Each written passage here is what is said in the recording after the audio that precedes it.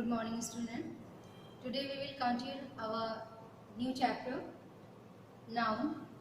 As in my previous video lecture, you have been taught about the language and the grammar, means basic factors, a fundamental factor related with the language. Okay. So, as you know, the letter is the smallest unit of language, and in the chain of this system, we find out letter, and after that word, and then sentence. Okay, that has been taught to you. Letter, as you know, that this is the smallest unit of language and have been divided into two kinds, two types of letter, vowel and consonant. And sentence is always also divided at the basis of structure in five factors, in five types of sentences: assertive, interrogative, imperative, exclamatory, and object. Okay. So student, today we will talk about the division of the word.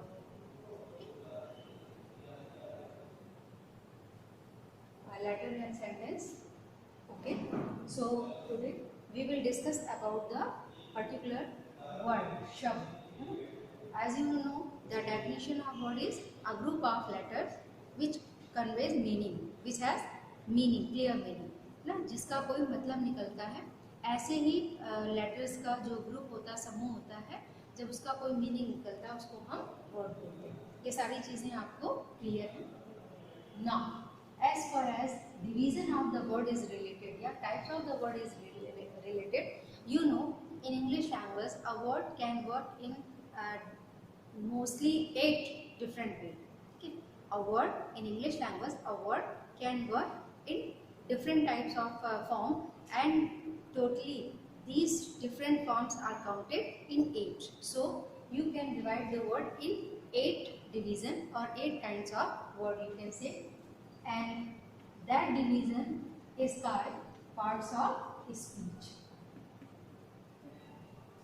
As you know, under parts of speech you count noun, pronoun,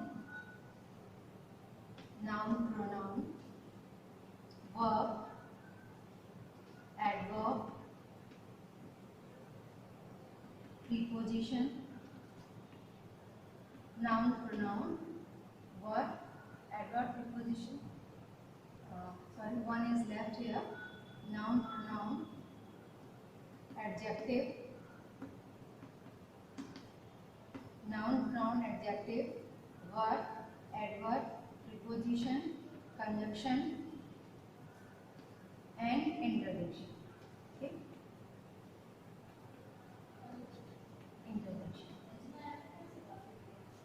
These 8 are counted as parts of speech. That is basically division of word. Okay. And with these 8 forms of the word, parts of speech, articles are considered under the category, under the part of adjective. So the student, as these parts of speech are in your syllabus, let us discuss one by one as a chapter. Okay, chapter के रूप में एक चीजें हम लोग discuss करेंगे. आज जो फर्स्ट टर्म है वो है, फर्स्ट यूनिट है वो नाउन. वर्ड्स का जो डिवीजन है पार्ट्स ऑफ स्पीच, वो 8 पार्ट्स ऑफ स्पीच के रूप में जाना जाता है. और आज हम लोग इसका फर्स्ट टॉपिक यानी फर्स्ट यूनिट नाउन पढ़ेंगे. ठीक, नाउन को डिस्कस करेंगे. You know very well that noun is the name of person, place और thing. Means 3 things: person, place or things. Person, place. Person means living and non-living creatures, सारी चीज़ें इसमें आती हैं. प्लेस में आपका हिल्स है, माउंटेन है, विलेज है, सिटी है. ऑल ओवर यूनिवर्स में जितने भी प्लेस हैं वो सारे के सारे आपके नाम के अंतर्गत आते हैं. And finally the thing made by God and made by human. सारी थिंग्स जो हैं वो आपकी नाउन में इंक्लूड होती हैं, क्योंकि जितनी भी चीज़ें हैं यूनिवर्स में हम उनको कोई ना कोई नाम ज़रूर देते हैं. हम उनके नेम से उनको आइडेंटिफाई करते हैं, और and you know every name is noun. Okay, so noun is the name of person, place or thing. Okay, it's clear to you, right? Now, kinds of noun. We will discuss kinds of noun. Kinds of noun यानी संज्ञा के भेद, noun. Kinds of noun. In modern division, noun is divided in two parts. Which kinds? Countable noun and uncountable noun. Uncountable noun, मतलब countable जिनको हम count कर सकें, गिन सकें. अनकाउंटेबल नाउन जिसको हम काउंट ना कर सकें, गिन न सकें. Under the countable noun we have put proper noun,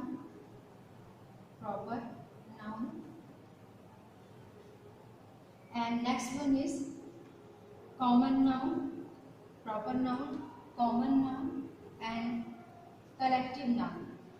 They are put under the category of countable noun. And rest two means material noun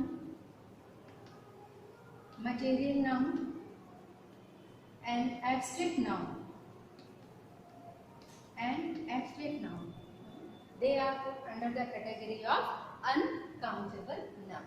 Let us discuss all the kinds of noun one by one. First of all, proper noun. Proper means the noun that denotes particular name of person, place or thing. Particular name of person, place or thing means जिसका नाम है हम केवल उसके लिए ही उसको identify कर सकते हैं. किसी अदर व्यक्ति के लिए, किसी अदर प्लेस के लिए, थिंग के लिए हम उसको डिनोट नहीं कर सकते. जैसे पर्टिकुलर आपका जो नाम है, सपोज किसी स्टूडेंट का नाम है अनामिका, ठीक है, तो ये प्रॉपर नाउन है बिकॉज आप हर गर्ल को अनामिका नहीं कह सकते. इसी तरह से आपके सिटी का नाम कानपुर है, आप हर सिटी को कानपुर नहीं कह सकते. तो पर्टिकुलर नेम जो उस पर्सन, प्लेस या थिंग को आइडेंटिफाई करते हैं, हम उन्हें प्रॉपर नाउन कहते हैं. ठीक है. नाउ कॉमन नाउन जो सेम क्लास की है ना, the word the noun that denote the name of the person, place और thing of the same kind. उसी काइंड, उसी वर्ग, उसी जात क्या जो व्यक्ति है, वस्तु है या स्थान है, जब हम उसके लिए कोई वर्ड डिनोट करते हैं, that is called common noun. जैसे गर्ल, सिटी, बॉय, है ना, हम हर बॉय को बॉय कहेंगे, हर गर्ल को गर्ल कहेंगे. कॉमन नाउन है. ठीक है. तो कॉमन नाउन वो होते हैं जो आप सबके लिए यूज कर सकें. कॉमन मतलब कॉमन, सभी के लिए, मतलब उस सेम क्लास के लिए. जैसे जो फर्नीचर है, चेयर है, आप हर चेयर को चेयर बोलते हो, टेबल को टेबल, क्लासरूम को क्लासरूम बोलते हो. ठीक है. बोर्ड को ब्लैकबोर्ड को हर ब्लैकबोर्ड को ब्लैकबोर्ड बोलते हो. तो these names are common noun. Okay. क्योंकि उस सेम क्लास के हर वस्तु को, हर व्यक्ति को, हर स्थान को हम उस नाम से आइडेंटिफाई कर सकते हैं. So student, proper noun, common noun that have been described. Now collective noun. Collect मतलब इकट्ठा होना, group. Collective noun, the word that denotes group, name of a group. वो वर्ड जो किसी ग्रुप के नेम को आइडेंटिफाई करता है. भले ही उसमें कई लोग शामिल होते हैं, बट वो सिंगल वर्ड होता है और वो कई यूनिट से मिलकर के बना होता है. Suppose classroom, class. ठीक है. क्लास एक स्टूडेंट से नहीं होती. जब कई स्टूडेंट उसमें आते हैं, शामिल होते हैं, तब वो क्लास में, मतलब तब हम उसको क्लास कहते हैं. आर्मी, ठीक है, means each unit of soldier. जितने भी सोल्जर हैं, जब वो मिलते हैं एक यूनिट में, तब उसको हम आर्मी बोलते हैं. तो ग्रुप, मॉब, क्राउड, है ना, और army, class, these are the examples of collective noun, name of a group. ठीक है. That is called collective noun. So student, now these uncountable noun, these things can be counted. तब जो proper noun है, common noun है, collective noun है, they are countable क्योंकि उनको गिन सकते हैं. Now uncountable noun, material noun and abstract noun. ठीक है. What is material noun? Material, पदार्थ. Iron, diamond, gold, rice, pulse, है ना, व्हीट, ये सारी चीज़ें मटेरियल, पदार्थ, मतलब जिनसे हम कुछ दूसरा बना सकते हैं, जिन चीज़ों से हम किसी और फॉर्म में, मतलब किसी और चीज़ों को बनाते हैं, जैसे वुड है, लकड़ी, वो मटेरियल नाउन है। क्यों? क्योंकि उससे हम और चीज़ें बनाते हैं, जैसे डोर, चेयर, डेस्क, टेबल, ठीक। तो वुड आपका मटेरियल नाउन है, क्योंकि वो बनाए जाने में यूज़ होना है। जिससे बनाते हैं वो मटेरियल नाउन होता है, और जो बनकर तैयार होता है दैट इज कॉमन नाउन। जैसे वुड आपका मटेरियल नाउन है, बट आपका चेयर जो है वो कॉमन नाउन है। गोल्ड आपका मटेरियल नाउन है, पर गोल्ड से बनी रिंग जो है वो कॉमन नाउन है। तो जिससे बनाते हैं वो स्टफ आपका मटेरियल नाउन है, ठीक है। एंड ये हमेशा सिंगुलर में रहते हैं, क्योंकि ये अनकाउंटेबल है। Abstract noun, abstract, name of quality, name of condition, name of merit, name of demerit, okay। जब हम अमूर्त, abstract means होता है अमूर्त, जो ना दिखाई दे, ठीक है। फीलिंग है, जैसे ओल्ड एज है, पॉवर्टी है ना, वेल्थ है, ये चीज़ें दिखती नहीं है, महसूस होती हैं। तो जो कंडीशन का नेम होता है, फीलिंग का नेम होता है, क्वालिटी का नेम होता है, वो नेम आपके एब्स्ट्रैक्ट नाउन के अंतर्गत आते हैं, ठीक है। जैसे पॉवर्टी है और आपका ऑनेस्टी है, ये क्या ऑनेस्टी क्वालिटी का नेम है, ठीक है। हम्बलनेस है, ये सारे जो क्वालिटी के और जो कंडीशन के नेम होते हैं, ठीक है, वो सारे नेम जो आपके एब्स्ट्रैक्ट नाउन के अंतर्गत आते हैं। So student, you have been explained about the definition of noun, as noun is a noun is a unit of parts of speech, that is division of the word, okay? Word, a group of letters which conveys meaning. Division of the word means parts of speech that has 8 unit from noun to interjection. And first unit of parts of speech, noun, means name of person, place or thing. They now, the division of the noun, kinds of noun, they are divided into two groups, countable and uncountable, okay? Countable noun is proper noun, common noun and collective noun, and uncountable material noun and absolute noun. So student, these things are related with your topic noun. Now two important factors related with noun is, two factors related with noun are singular and plural, singular and plural form of noun, plural form of noun, and second one is gender of noun, okay. These things are also related with your topic noun, means the name of person, place or thing, they can be put in the form of singular or plural, मतलब हम उनका एक वचन भी रूप भी लेते हैं अकॉर्डिंग टू नेम, और उनका बहुवचन भी रूप होता है, ठीक है। नाउन को सिंगुलर और प्लूरल दोनों फॉर्म में एक्सप्रेस किया जाता है according to need, according to sense, ठीक है। Now that is given in your syllabus, in your text book, number, singular and plural, and after that gender. A number of noun as a list is given in your book, and you have to learn, आपको याद करना है कि singular noun के plural form क्या होते हैं, ठीक है। जैसे मोस्टली हम सिंगुलर फॉर्म होते हैं हमारे पास, और प्लूरल बनाने के लिए हम उनमें एस या ई एस ऐड करते हैं। जो वाइज हैं उनको हम आई ई एस में ट्रांसफर कर देते हैं। कुछ नाउन ऐसे होते हैं जिनके अंदर का जो वॉवेल है उनको चेंज करते हैं, जैसे टूथ का टीथ हो जाता है, फूट का फीट होता है, मैन का मैन हो जाता है, ठीक है। और जैसे वाई को आई एस में, जैसे बेबी, तो Y is change into I S, ठीक है, बेबी। कुछ इफ ई वाले होते हैं, जैसे नाइफ है ना, तो वी ई वाले जो हैं वो वी ई एस में बदल जाते हैं, ठीक। तो ये कुछ लिमिटेड फॉर्मूले होते हैं जिनसे हम सिंगुलर से प्लूरल फॉर्म में बनाते हैं, but they are not sure and certain, that's why you have to learn whatever given in your chapter, in your book. एक तरीके से आपको ये याद करना है कि जो है सिंगुलर का, पर्टिकुलर सिंगुलर का प्लूरल फॉर्म कैसे होगा। जैसे आपके में 1 2 3 4 5 6 7 8 ये 8 लिस्ट दी गई हैं, इनको आपको बाय हार्ट लर्न करना है। लर्न करके चैप्टर आफ्टर चैप्टर जो एक्सरसाइज दी गई है उसको फिल करना है, ठीक है। In my next video lecture I will tell you the answers exercise given after the chapter. So student, now one point is left, that is gender. In Hindi we call it sex, ling. In English language there are 4 types of gender, ठीक है। masculine gender, feminine gender, masculine gender, feminine gender, and common gender and neutral gender, okay।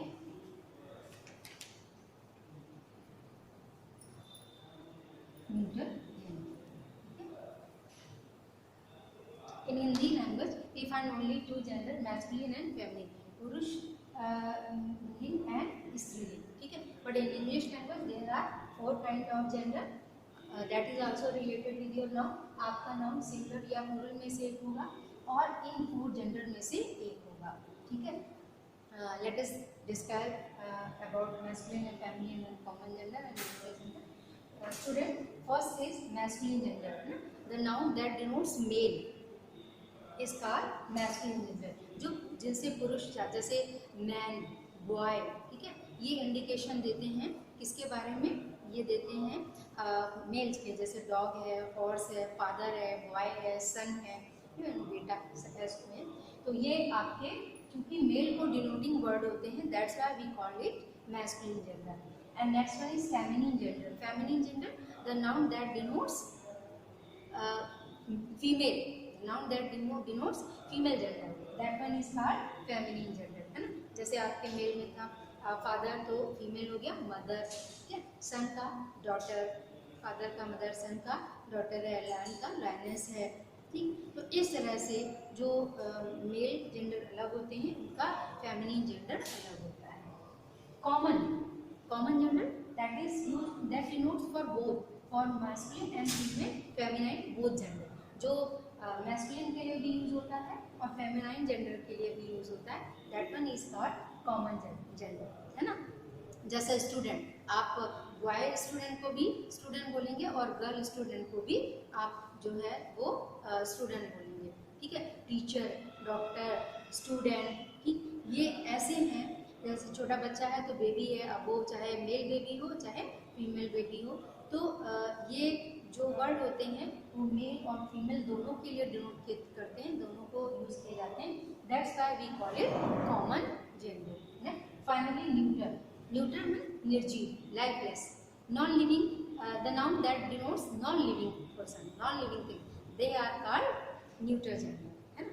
Neutral gender जैसे जितनी भी निर्जीव चीज़ें हैं अब वो सारी आती हैं, बुक है, पेन है, टेबल है, डेस्क है, चेयर है, हाउस है, all the things are non living things comes under the category of neutral gender. तो नाउन के साथ, काइंड्स ऑफ नाउन के साथ साथ आपको सिंगुलर और उसका प्लूरल फॉर्म और प्लस उसके जेंडर को भी आइडेंटिफाई करना जरूर आना चाहिए।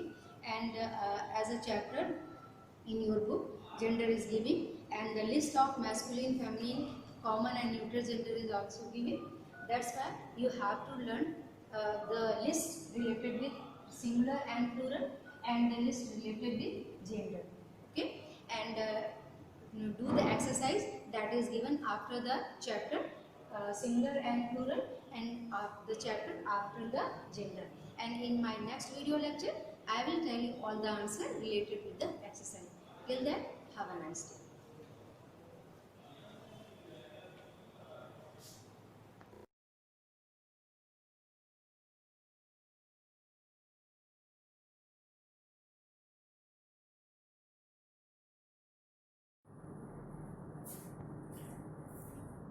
सुस्वागतम। मैं रेणुलता पांडे, संस्कृत शिक्षिका, शिवाजी ग्रुप ऑफ इंस्टीट्यूशंस। बच्चों, आज मैं आपको चतुर्था पाठ जरासंधवधम का अर्थ जो शेष रह गया है वो पढ़ाने जा रही हूँ, ठीक है। संकेत है महाभारत काले से लेकर के प्राप्तवान तक, ठीक है।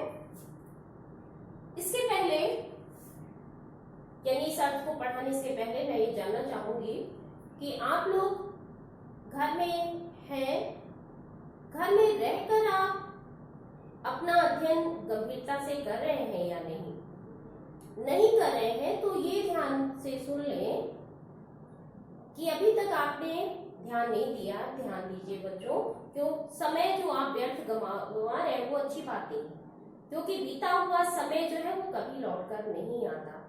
तो ये जो विपरीत परिस्थितियां हैं, गंभीर परिस्थितियां, ये कोरोना काल वाली जो चल रही हैं, जिसकी वजह से आप घर में हैं, तो आप घर में रहकर भी बहुत अच्छे ढंग से, बहुत गंभीरता से, बहुत रुचिपूर्वक पढ़ाई करते रहें, अपने समय को व्यर्थ ना गंवाएं। ठीक है, तो देखिए बच्चों, इन पंक्तियों का मैं अर्थ आपको पढ़ा रही हूँ। महाभारत काले यदा कौरव पांडवोर मध्ये युद्धम अभवत् तदा अयम वीरः कौरव पक्षे दुर्योधन पक्षे वा युद्धम कृतवान्। आपको पता है ना कि वो जरासंध को युद्ध के लिए ललकारा गया था, तो भीम जो है उनके साथ युद्ध करेंगे।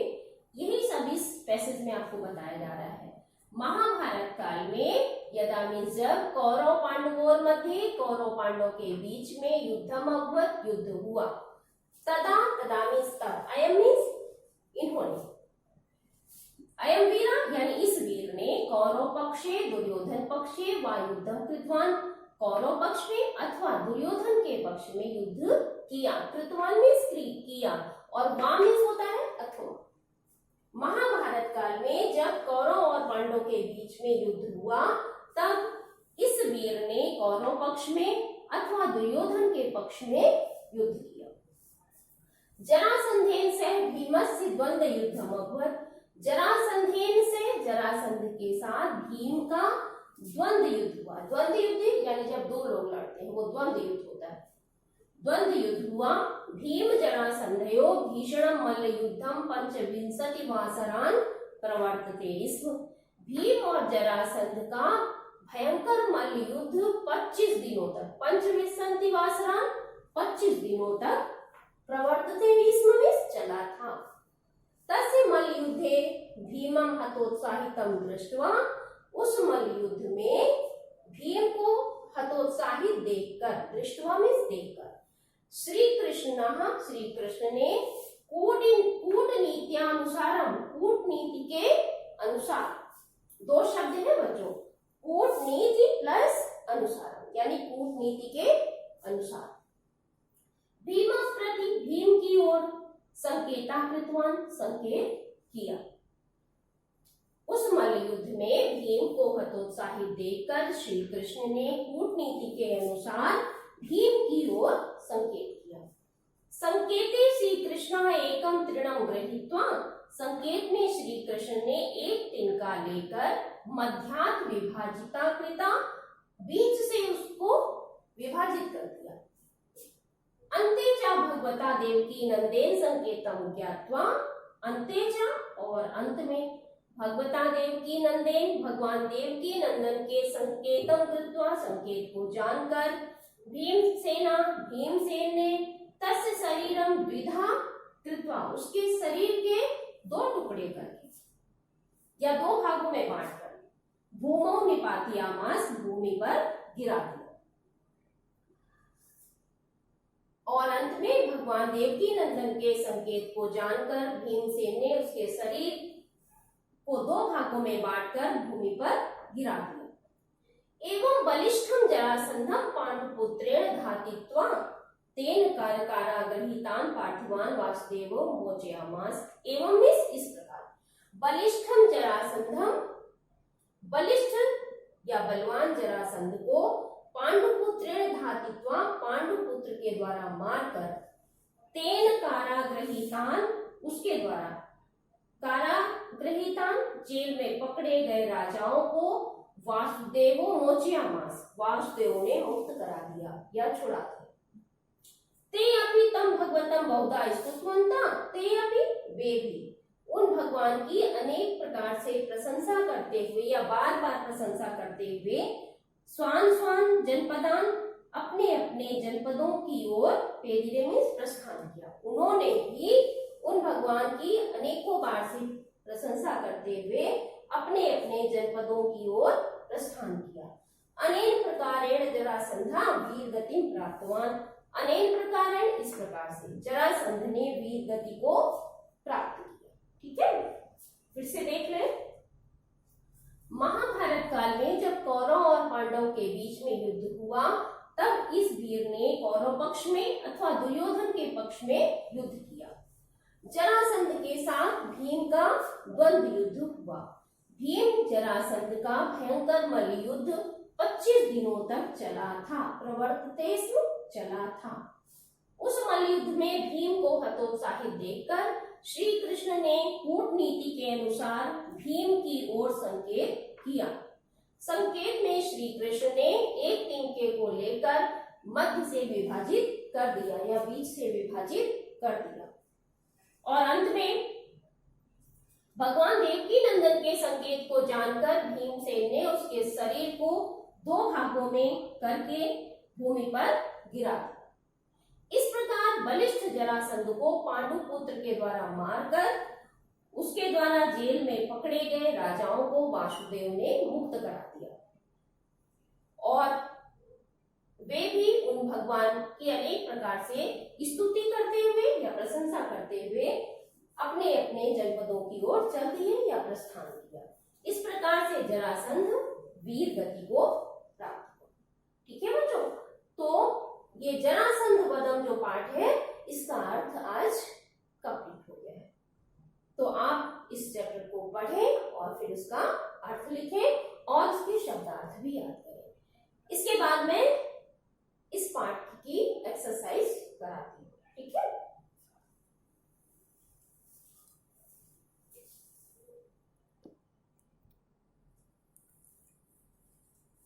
हाँ बच्चों, जरासंध वधम का अर्थ पढ़ने के बाद इसकी एक्सरसाइज देखिए।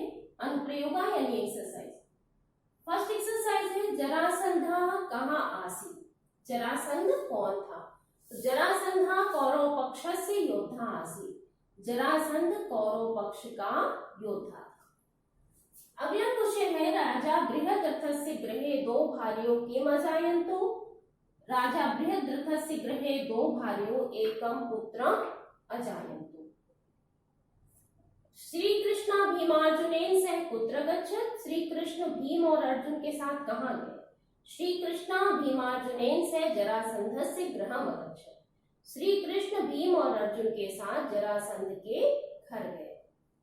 श्री कृष्ण जरासंधम किम अवोचत। श्री कृष्ण ने जरासंध से क्या कहा? श्री कृष्ण जरासंधम अवोचत। श्री कृष्ण जरासंध से बोले भद्र वयम कृष्ण भीमार्जुना युद्धार्थम समागतः। हे भद्र, हम कृष्ण भीम और अर्जुन युद्ध के लिए आए हैं। केन प्रकारेण जरासंधा मृतः। किस प्रकार से जरासंध मर गया? भीमा जरासंध से शरीरम द्विधा कृत्वा तम अमारयत्। भीम ने जरासंध के शरीर को 2 भागों में करके उसे मार दिया। ठीक है, तो ये प्रश्नोत्तर एक बार मैं फिर से दोहराती हूँ, ध्यान से सुने। जरासंधा का आसीत्। जरासंधा कौरव पक्षस्य योद्धा आसीत्। राजा बृहद्रथस्य गृहे 2 भार्यो किम अजायन्तु। राजा बृहद्रथस्य गृहे 2 भार्यो एकम पुत्रम अजायन्तु। श्री कृष्ण भीमार्जुनेन से कुत्र गच्छत। श्री कृष्ण भीमार्जुनेन से जरासंधस्य गृहम अगच्छत। श्री कृष्ण जरासंधम किम अवोचत। श्री कृष्ण जरासंधम अवोचत भद्र वयम कृष्ण भीमार्जुना युद्धार्थम समागतः। केन प्रकारेण जरासंधा मृतः। भीमः जरासंधस्य शरीरम द्विधा कृत्वा तम अमारयत्। तो बच्चों, इस तरह से प्रश्नोत्तर पूरा हुआ। इसके बाद मैं नेक्स्ट एक्सरसाइज कराती हूँ। ओके,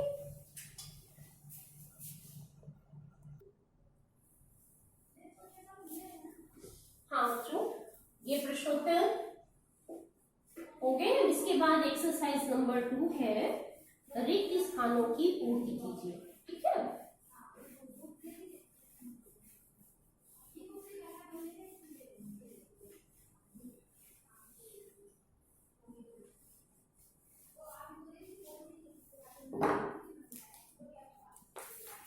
देखिए दूसरा है पूर्ति कीजिए।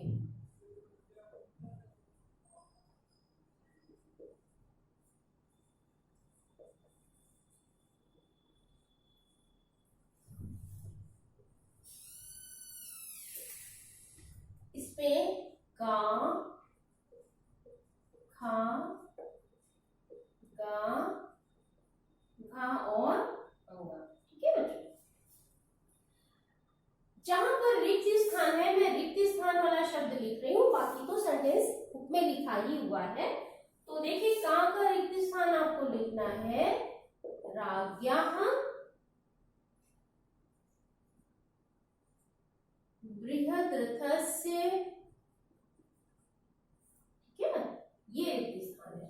इसका आगे सेंटेंस है कालांतरे यदा कोऽपि सन्तति न सञ्जाता तदा सा चिंतिता अभवत्। ठीक है, तो ये सेंटेंस आपकी बुक में लिखा हो, रिक्त स्थान में आपको ये शब्द लिखना है। अगला है तो वह विंडो लिखा हुआ है, यहाँ पर रिक्त स्थान आएगा जरा। ठीक है, सेंटेंस है तो वो पिंडो जरा नामधेया निशाचरी संयोजम कृत्वा एकाकारं कृता। तो आपका इस खंड में रिक्त स्थान है जरा। गा में देखिए कृष्ण भीमार्जुना, कृष्ण भीमार्जुना।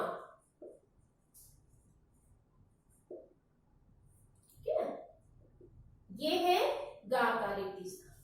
ठीक है, चौथा देखिए, इसका सेंटेंस सुन लीजिए, भद्र वयं कृष्ण भीमार्जुना युद्धार्थम समागता।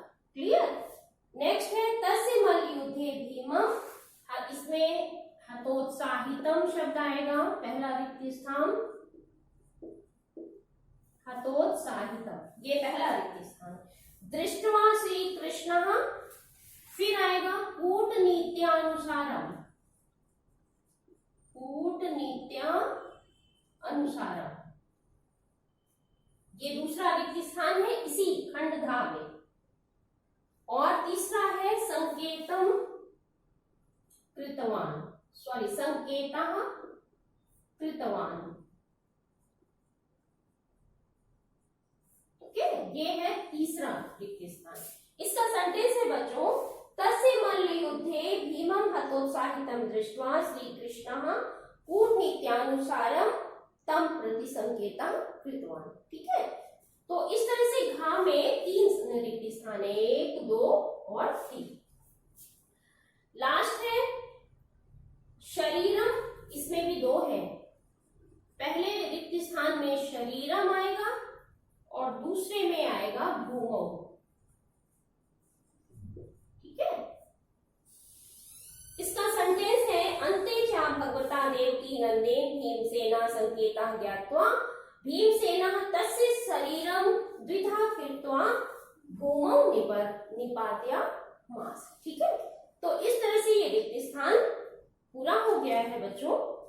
अब एक्सरसाइज नंबर 3 जो है वो मैं नेक्स्ट वीडियो में कराऊंगी। तब तक आप अपना ये कार्य पूर्ण करें।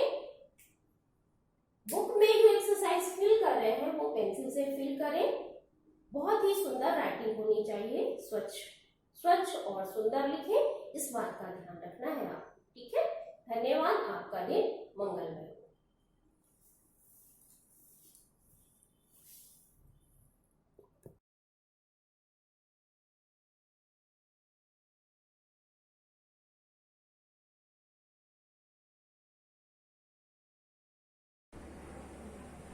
Myself Rakesh Kumar, Science teacher of Shivaji Group of Institution. Science class में 8th क्लास हिंदी मीडियम के बच्चों का स्वागत है। तो बच्चों, पिछली क्लास में आप पाठ ऊर्जा एवं ऊर्जा के स्रोत का पिछला पार्ट यानी बायोगैस तक आपने पढ़ लिया था। इस क्लास में नाभिकीय ऊर्जा से संबंधित अध्ययन करेंगे। तो नाभिकीय ऊर्जा, किसी परमाणु का द्रव्यमान उसके सघन नाभिक में होता है। नाभिकीय ऊर्जा, किसी भी परमाणु का द्रव्यमान उसके सघन नाभिक में स्थित होता है, यानी न्यूक्लियस में। यहीं पर परमाणु की अधिकांश ऊर्जा भी होती है। जब किसी भारी परमाणु जैसे यूरेनियम, थोरियम आदि का नाभिक हल्के दो नाभिकों में टूटता है, क्या क्या, यूरेनियम, थोरियम,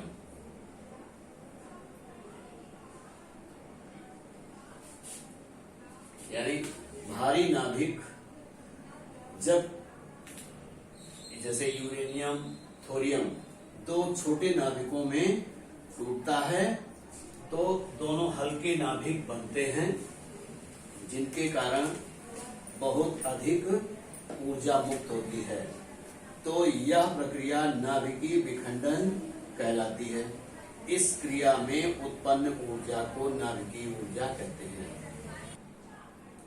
तो इस क्रिया में यानी छोटे नाभिक बड़े नाभिक दो छोटे नाभिकों में टूटते हैं, जिसके कारण बहुत अत्यधिक ऊर्जा मुक्त होती है। यह प्रक्रिया नाभिकीय विखंडन कहलाती है। इस क्रिया में उत्पन्न ऊर्जा को नाभिकीय ऊर्जा अथवा परमाणु ऊर्जा कहते हैं। अब नाभिकीय ऊर्जा या परमाणु ऊर्जा दो प्रकार से प्राप्त होती है। एक हो गया नाभिकीय विखंडन और दूसरा हो गया नाभिकीय संलयन। तो नाभिकीय विखंडन ऐसी प्रक्रिया है जिसमें एक भारी परमाणु के नाभिक टूटकर दो छोटे नाभिकों में बदल जाते हैं और नाभिक पर न्यूट्रॉन के कणों की बौछार के कारण ही ये टूटते हैं। दो नाभिक टूटते हैं, इनमें न्यूट्रॉन के बमबारी के कारण ही ये टूटते हैं, जिसके फलस्वरूप अत्यधिक मात्रा में ऊर्जा प्राप्त होती है। विद्युत उत्पादन के लिए नाभिकीय विखंडन क्रिया को विशेष रूप से अपनाया जाता है। इस मशीन में न्यूट्रॉन की संख्या को नियंत्रित किया जाता है। इस मशीन को नाभिकीय भट्टी या परमाणु भट्टी कहा जाता है। नाभिकीय भट्टी या परमाणु भट्टी कहा जाता है।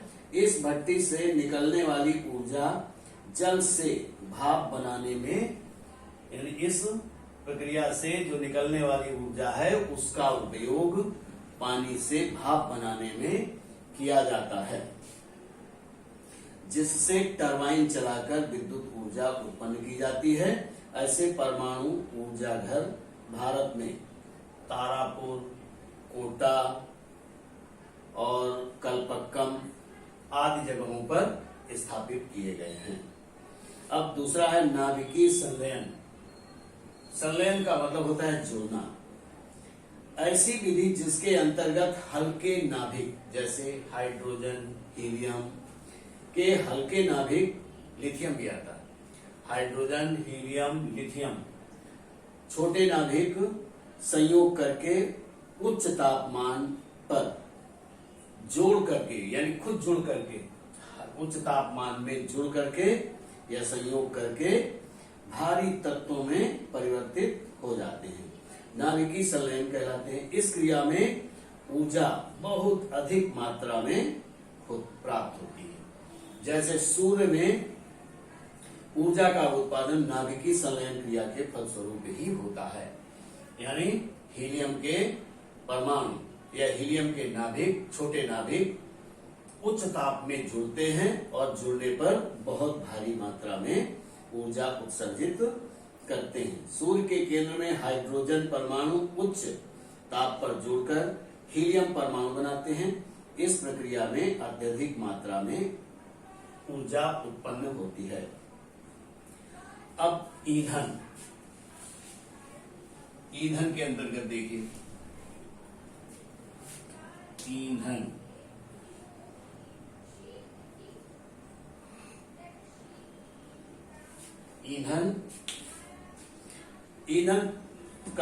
ईंधन शब्द का प्रयोग उन सभी पदार्थों के लिए किया जाता है जिन्हें जलाकर ऊष्मा के रूप में ऊर्जा प्राप्त की जाती है। बहुत से ईंधन कार्बन और हाइड्रोजन के यौगिक होते हैं। जब वे ऑक्सीजन में जलते हैं तो कार्बन डाइऑक्साइड और जल वाष्प बनती है। इस प्रक्रम में बहुत मात्रा में ऊष्मा तथा प्रकाश उत्पन्न होता है। इसी प्रकार जैसे लकड़ी को अगर हम जलाते हैं तो गीली लकड़ी भी जलती है। अगर गीली लकड़ी जलाएंगे तो आपको समझ में आ जाएगा कि उसमें जल वाष्प भी बन रही है और वो जल करके ऊष्मा भी दे रही है और प्रकाश भी दे रही है। अतः जो पदार्थ वायु की उपस्थिति में जलकर ऊष्मा तथा प्रकाश उत्पन्न करते हैं उन्हें ईंधन कहते हैं। यानी जो पदार्थ वायु की उपस्थिति में जलकर जलवाष्प ऊष्मा तथा प्रकाश उत्पन्न करते हैं उनको ही ईंधन कहते हैं। अब ईंधन के प्रकार, ईंधन 3 प्रकार के होते हैं। नंबर 1 ठोस ईंधन, ठोस ईंधन। नंबर 2 तरल ईंधन और नंबर 3 गैसीय ईंधन। गैसीय ईंधन।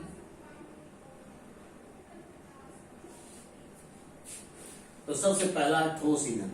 हमारे देश में प्रमुख रूप से प्रयुक्त किए जाने वाले ठोस ईंधनों में लकड़ी, चारकोल, उपले तथा कोयला आदि हैं। क्या क्या? लकड़ी, चारकोल,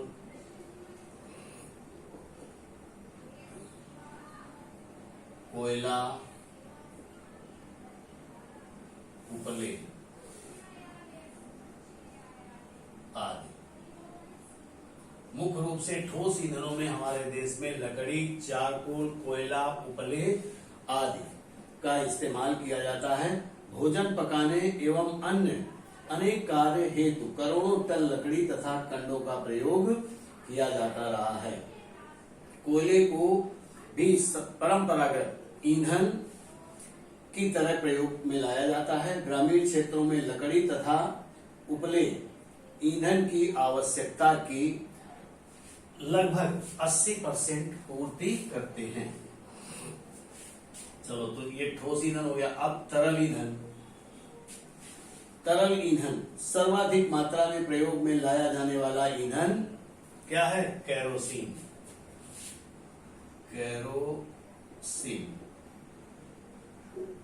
केरोसिन का मतलब है मिट्टी का तेल। मिट्टी का तेल। तरल पदार्थ सर्वाधिक मात्रा में प्रयोग में लाया जाने वाला तरल ईंधन केरोसिन है। अन्य घरेलू ईंधनों में पेट्रोल तथा डीजल का नाम मुख्यतया आता है। प्रमुख रूप से इनका भी आता है। ईंधन तेल ऊर्जा घरों में प्रयोग किए जाने वाला ईंधन है। सामान्यतः सभी तरल ईंधनों को कच्चे तेल या पेट्रोलियम से प्राप्त किया जाता है। तो केरोसिन और डीजल एवं पेट्रोल, एलपीजी भी पेट्रोल का प्रयोग किया जाता है। पेट्रोलियम के विभिन्न भाग अथवा अंश दुनिया के सबसे उपयोगी रसायनों में से हैं।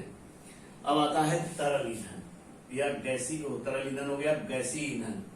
गैसीय ईंधन में वे ईंधन हमें गैस रूप में प्राप्त होते हैं, इन्हें गैस ईंधन कहते हैं। जैसे, और ये 2 प्रकार के होते हैं, प्राकृतिक गैस तथा मानव निर्मित गैसें। नगरों, उपनगरों, कस्बों तथा गांव में भोजन पकाने के लिए पेट्रोलियम गैस का उपयोग यानी लोहे के सिलेंडर में भरकर भेजा जाता है, जिसे एलपीजी कहते हैं। यानी घरेलू ईंधन में एलपीजी का प्रयोग किया जाता है। जो घरों में सिलेंडर सभी के यहाँ यूज किया जाता है। प्राकृतिक गैसें तथा मानव निर्मित गैसें नगरों, उपनगरों, कस्बों तथा गांवों में भोजन पकाने के लिए पेट्रोलियम गैस को लोहे के सिलेंडरों में पैक करके या भर करके भेजा जाता है। इसमें भोजन पकाने में कम समय लगता है तथा भोजन पकाने संबंधी सभी क्रियाएं स्वच्छतापूर्ण, सुविधाजनक एवं प्रदूषण रहित होती हैं। सबसे इम्पोर्टेंट पार्ट है कि ये गैस प्रदूषण, ये ईंधन प्रदूषण रहित होता है, इसलिए इसे रसोई गैस या कुकिंग गैस कहते हैं। इसको रसोई गैस कहते हैं। बायोगैस के रूप में कल मैंने इसके पिछली क्लास में बता दिया था। तो इसके अतिरिक्त कुछ गैसीय ईंधन प्राकृतिक गैस जैसे मीथेन, प्राकृतिक गैस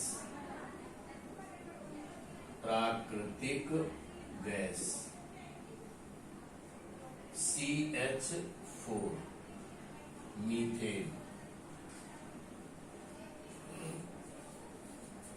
प्राकृतिक गैस जैसे methane, producer gas coal gas, जल गैस आदि।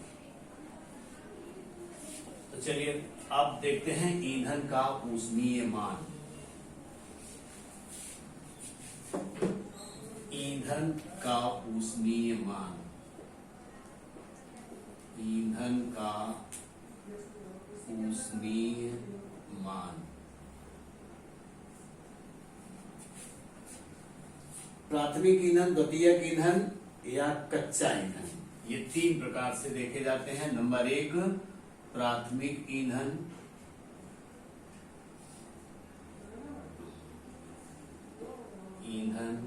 और नंबर 2 द्वितीयक ईंधन,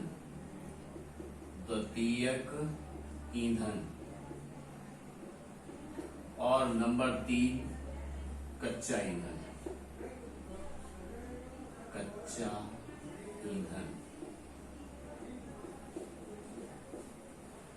तो प्राथमिक ईंधन, इन ईंधनों का सीधे प्रयोग करके ऊष्मा प्राप्त की जाती है, जैसे कोयला, लकड़ी एवं पेट्रोलियम। कोयला, लकड़ी एवं पेट्रोलियम।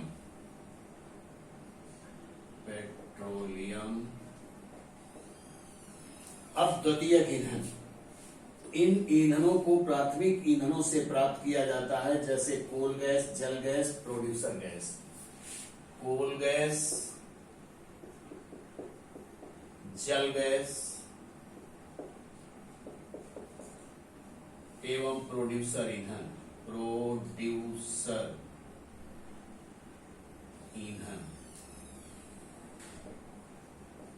यानी इन ईंधनों को, द्वितीयक ईंधनों को प्राथमिक ईंधनों से ही प्राप्त किया जाता है। अब है कच्चा ईंधन। ये प्राकृतिक रूप में पाए जाने वाले पदार्थ हैं।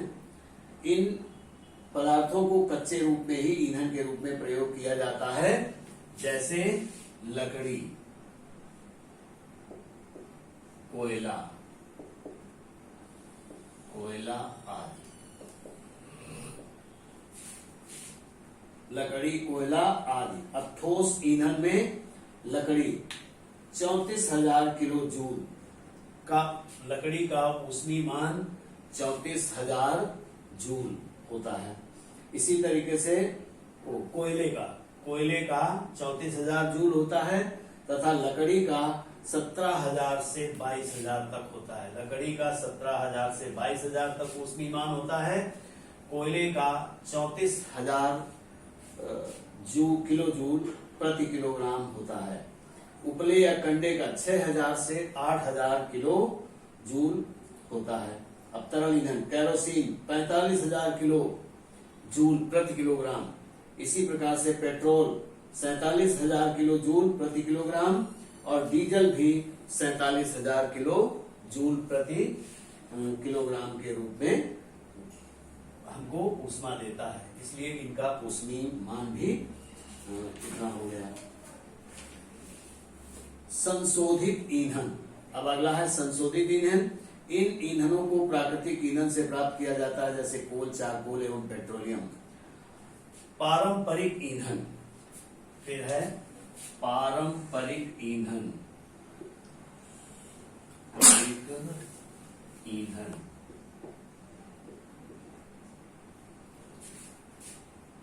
घरेलू ईंधन, घरेलू ईंधन, औद्योगिक ईंधन, औद्योगिक ईंधन। तो पारंपरिक ईंधन में है इन ईंधनों को लंबे समय से ऊर्जा के स्रोत के रूप में प्रयोग किया जा रहा है, जैसे लकड़ी और कोयला।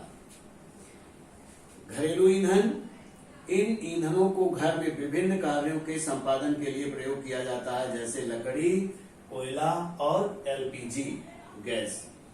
औद्योगिक ईंधन, औद्योगिक ईंधन में है उद्योगों में प्रयुक्त ईंधनों को औद्योगिक ईंधन कहते हैं, जैसे कोयला, गैस एवं प्राकृतिक गैस आदि। अच्छे ईंधन के गुण, अच्छे ईंधन के गुण या सस्ता तथा आसानी से उपलब्ध होने वाला हो। अच्छे ईंधनों में या सस्ता एवं आसानी से उपलब्ध होने वाला हो या आसानी से जलने वाला भी होना चाहिए।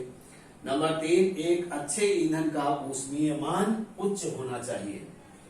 अच्छे ईंधन का ऊष्मीय मान उच्च होना चाहिए या कम प्रदूषण करने वाला भी होना चाहिए।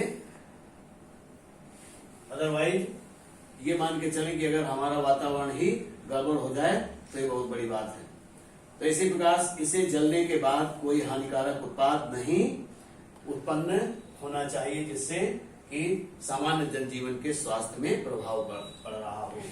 तो बच्चों, आपने ईंधन के बारे में और ईंधन के ऊष्मीय मान के बारे में आपने अध्ययन कर लिया। तो अब अगली क्लास में अब हम आपको उसमें ऊर्जा में जीवाश्म ईंधन के बारे में अध्ययन करेंगे। तो बस इसके लिए आज यहीं तक, आगे नेक्स्ट क्लास में थैंक यू।